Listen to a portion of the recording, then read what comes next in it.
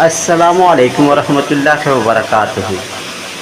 دوستوں، اس تعویذ کا استعمال اس جگہ پہ کیا جاتا ہے جہاں پہ ہم کسی اور سے محبت کرتے ہیں اور ہم دیکھتے ہیں کہ ہمارا محبوب جو ہے کسی اور سے تعلق بنا رہا ہے، یا پھر کوئی اس سے تعلق بنا رہا ہے، یا پھر ایسی جگہ پہ اس کا استعمال کیا جاتا ہے جیسے مان لیجئے کہ عام طور سے گھروں میں دو عورتیں اکٹھا ہوتی ہیں اور وہی فتنے فساد اور جھگڑے کی جڑ بنتی ہیں۔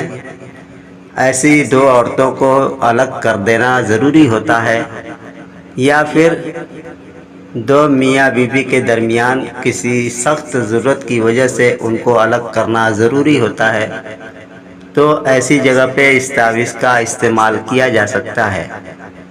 یا پھر ہمارا جو مالک ہے، کوئی اس کے قریب ہے اور وہ ہمارے خلاف ہمارے مالک کو بھڑکا رہا ہے، جس کی وجہ سے مالک سے ہمارے تعلقات خراب ہو رہے ہیں، تو ایسی جگہ پہ بھی اس تعویذ کا استعمال کیا جا سکتا ہے۔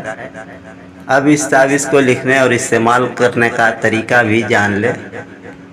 سنیچر یا منگل، سیٹرڈے یا ٹیوزڈے کو ایک سفید کاغذ لیں اور اس پہ کالی سیاہی سے اس تعویذ کو لکھیں، کالے پین وغیرہ سے۔ اور تعویذ لکھنے کے لیے جس طریقے سے کھانے بنے ہیں اسی طریقے سے آپ کھانے بنا لیں، اور اس کے بعد جو گنتی سب سے کم ہے اس گنتی کو پہلے لکھیں، اور پھر اس کے بعد والی اس سے زیادہ، اس کے بعد والی اس سے زیادہ، اسی طریقے سے جو جس کھانے میں ہے اسی کھانے میں تمام اعداد کو ڈال دیں۔ اب اس کے بعد بیچ میں اپنا مقصد لکھیں، اور مقصد لکھنے کے بعد آگے لکھیں کہ یا قابض یا محیط، بحق یا قابض یا محیط جب آپ لکھ لیں تو اس کے آگے بھی ایک چیز عبارت لکھ دیں، تا من نہ کشایم کشے نہ کسایت، یا صرف اتنا ہی لکھیں کہ تا من نہ کشایم نہ کشایت۔ اس کا یہی مطلب ہوتا ہے کہ جب تک میں نہ چاہوں کوئی اس کام کو کھول نہ سکے، ہم نے جو کام کیا ہے۔ اب مقصد لکھنے کے بعد چاروں کونوں پر یا قابض لکھ دیں۔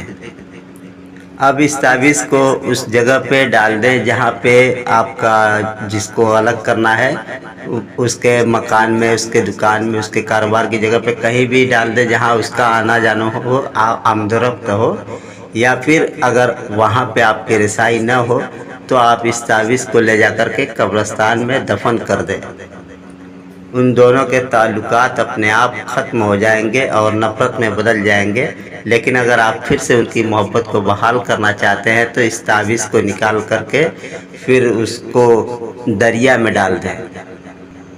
دوستو، جہاں پہ جائز ضرورت ہو اس تعویذ کا استعمال کریں، اور ناجائز کسی میں تعلقات کو خراب کرنے کی غلطی نہ کریں، کہ یہ اچھا کام نہیں ہے۔ کبھی آپ اور ہم بھی اس خسارے اور نقصان میں پڑ سکتے ہیں، اس لیے ہمیشہ دوسروں کے لیے اچھا گمان رکھنا چاہیے۔ خدا حافظ۔ السلام علیکم ورحمۃ اللہ وبرکاتہ۔